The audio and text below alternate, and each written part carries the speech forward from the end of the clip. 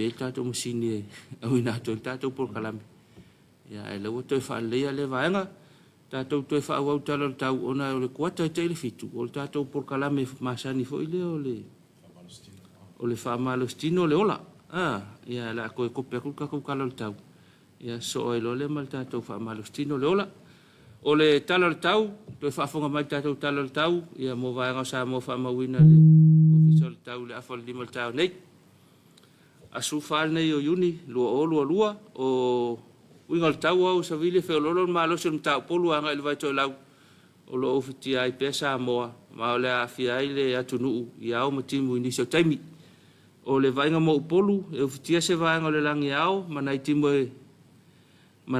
le ai e ofiti se vainga le langi au manai timo le ai mo sa vai e ofiti se vainga le langi au manai timo le ai a farsuta si ia e mo ai se tala la tamai o le tau mo tatou o le talo ngata fale talo tau mo ngata fale fa mo ina la fo lima tau nei aso dual nei su fa yuni lua ia fa ngata mai le vai luanga o le po ana nei o winga le tau ngata fale o sa vile fe lolo ma lo sel mta polu anga ile vai to lau o lo o afia i pe o nga sami uma o sa moa pa inga ngata fale ma tu mo le aso le nei e angi sa vile o mta polu sa vile mai sa e luas fulu tol sur kilometer le tula o ngalo e tasi tesi ma le 5 le 2 mita o le vaenga mo le ngata i fale i saute mo le aso e angi sa vile o mta polu sa vile mai sae luas fulu tausul kilomita le tula o ngalu e tasi tesi ma le 5 le 2 mita le maurulunga o le tala leo le tau ma le tala ngata i fale ia ua maua mai le official vai tau to pena mai le official vai tau ia ua lava le taulongo ina le tatou watunu e fuafo e iau fe au maunga aduenga o le nei aso ia ua so tai marsaunga le mule taulongo lava le tatou por kalami talo fa Samoa au asful 5 minute te aile fitu ia o le taimi o le tatou se whaapoponga le tatou por kalame o le whaamalo stino le ola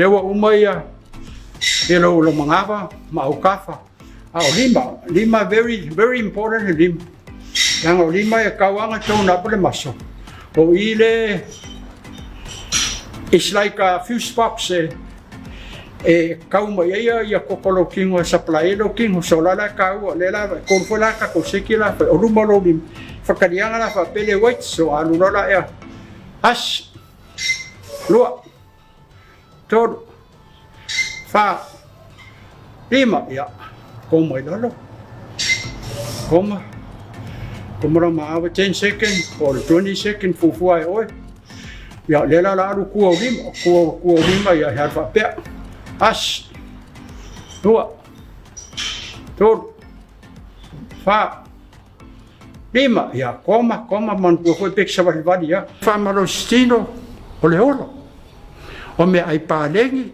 mal mafolo tino ola marosi ola umi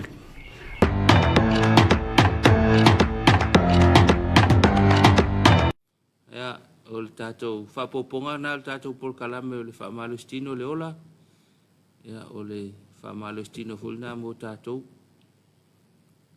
mo le vai aso le ar kasi o whaamalostino le ia le taitastasi ia fai na ia ko suia fo ia lawa lau fa popo wa lua fa malostino ia kusala le wa lua i wala aulen fai mo la kuila lo si ilunga ia le lawa kaunku fa kasi mal lua ia mana ia fo ila vai fo ia mas fo se sta se fa tolu ia na fai ale fa masino al tatou por kalame fa masino le ola lang malo siele mtanga luenga so fo malo loina le vaenga le HIV/AIDS o le vaenga le TB po le fatu vai e fa pe foi le vaenga le kanesa po le cancer o le vaenga na le so fo malo loina o lang malo sil tatou por kalame le fa malostino le ola pena maua ia lo taulongo mai pele tanga luenga le soifo malo loina le tau o le fa malostino mo so tangata matua e o lava ina e tātou whanau, ke langonga le kāua mō whanau, a matutua ane, ia fia e o e whaamalo stino. Ia a o le tāua mō tātou ia o matutua, ia, whai per whaamalo stino, ia i tāua mō le tātou o le soifua malo loina ono le tele o le whaamai le wa fia i tātou. Ia fo le COVID-19, le fo i maua tala, ia i tāua fo i le whaamalo stino mō le mai COVID.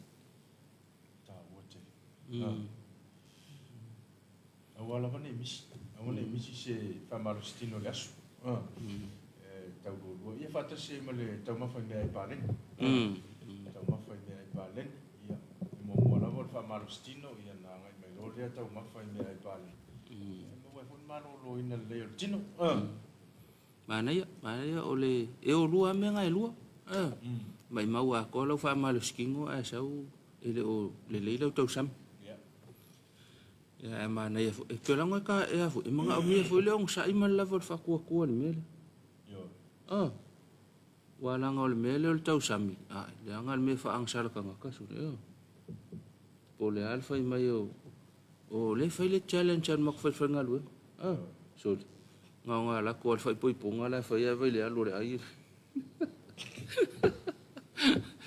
Ale passe ko ai lu mal mektano vai le afi drive through. Ia nei vai nga fa pena mana o mia i fo ia le malo si o tatou ma fau ma le lava o tatou o sa ia ka si ale mea ai le ele o se fa salanga o ia fa masani o e tau sami ale mea ai le ia pe o le mea ai la no mea mata ia mata ma fo ile sama sama mea ai fai sua fuala au fai sua la no mea mata ia male vai nga le la sama sama o mea ai pula o le esi, o le moli saina le afu ia e sau an moli saina ke mingi. Wa ke le an moli saina. Kele moli saina. Vai le mana i o le ngal na. Mole si fia tātou tunu. O le tātou por kalame le whamalustino le ola, o le tausami pāleni, o lo tino pāleni, o lo tino momosi, ia malau soifua umi, soifua whaaloa loa. Nei vaenga na ia mole tau longo le tātou por kalame ia se masau taimi e whai e sau whaamalo stino ta ili mami nu te le aso le lope umai fol masina ia wai le whapeso le makua isi au le ali mami nguke ali kia whapopole si lima ia ole whai ai ale awal motu awal motu a tātou whapoponga na tātou por kalame whaamalo stino le ola Fatalo fatu le fionga to le foa, tātou falkoleni o le Hims Fitness Center i Waivasitai. Ia tātou whainga paanga, ia tau longo le tātou atunu, ia e ala le tāua le whaamalo stino, ia o le vaenga o lau soifua ma le tātou wola. Fatalo fatu ia to le foa, pia whapewa le whainei tai au. Ia fatalo fatu fo i le whianga i e mwhi au mga luenga, ma lo lava. Sesi whapoponga le tātou porkalamel na i le asotofi. I le kwata fo i te elefitu, suli mai te elefitu, mau e sisi whapoponga le astofi, o le tātou por kalame whamalo stino le ola, ia lango malo si mai ai le soifua malo loina, i le vaenga le TP, po le whatawhata vai, vaenga le HIV/AIDS, ia ma le vaenga le kānesa. I le tātou por kalame lea. Ia, manantu le a sai foi o le tātou por kalame mo sina tātou whawhiwhianga, tumu ele koko to ina lo mtua ona to fa wa wa leo tato por club talo sam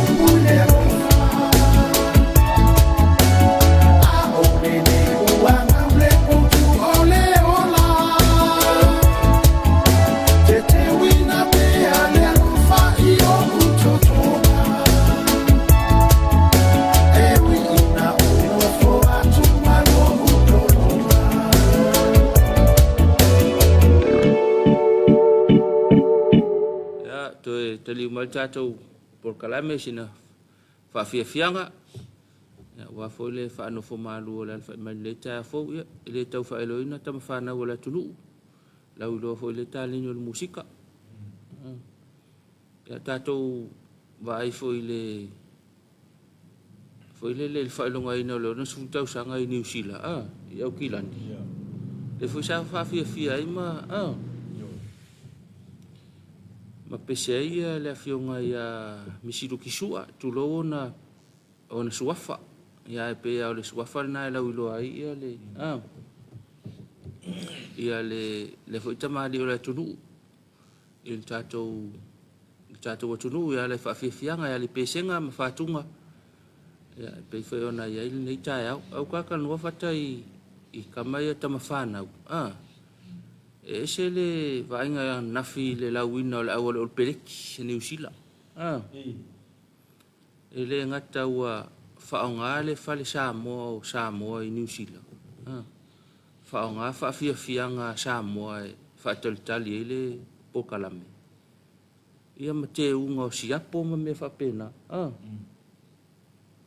ilo manatu ia matua ole telangona ole fa ya telele ale tunu o New Zealand ya ona ole tautua tama fana u Samoa ia i me tautalonga ma so se vaenga i New Zealand la to pe ona ia ile fa nga ino tatou fal Samoa ia Afrika ku ia pe ia la man Samoa ia Oh. Ana nafi. O le sila mea fata ilonga ilo mana. Ia o le whaafenga inga le whakasa. Le sa te tala ina le wha moe moe sa whaia le roto. Le sunga ia le whaafenga inga ia Victor Powesi. Ia mali tato e kale sia whakasa pua sei sei. Mangele. Le sa te tala ina le o le tāua lea ma le whina o tama whanau o le tātou o tunu. Ia mea neo tama whanau o le tunu. Ia o tama whanau o le kale si. Tala ina o le wha moe moe. Whatala whatu pia wha peo mau ma le tātou whasararunga. E sunga le whawhenga inga ia Powesi ma le whalitua ma le kale sia. Po sei sei mangele. Ia wha peo fo i tama whanau uma le tunu. Ulo iai. Mana tu fo i tāua e to lua nei tātou tama ia ua. Whaupopo le tama whanau o le tunu u le ua. Whaupopo le au man sa moangi sea pe ko lua. Leo pe ke ua ova mar ko lua. Ia e se nubera papena. Ia e se ile au tuai la to. Le mana i tono le au. E se ile au tuai ia.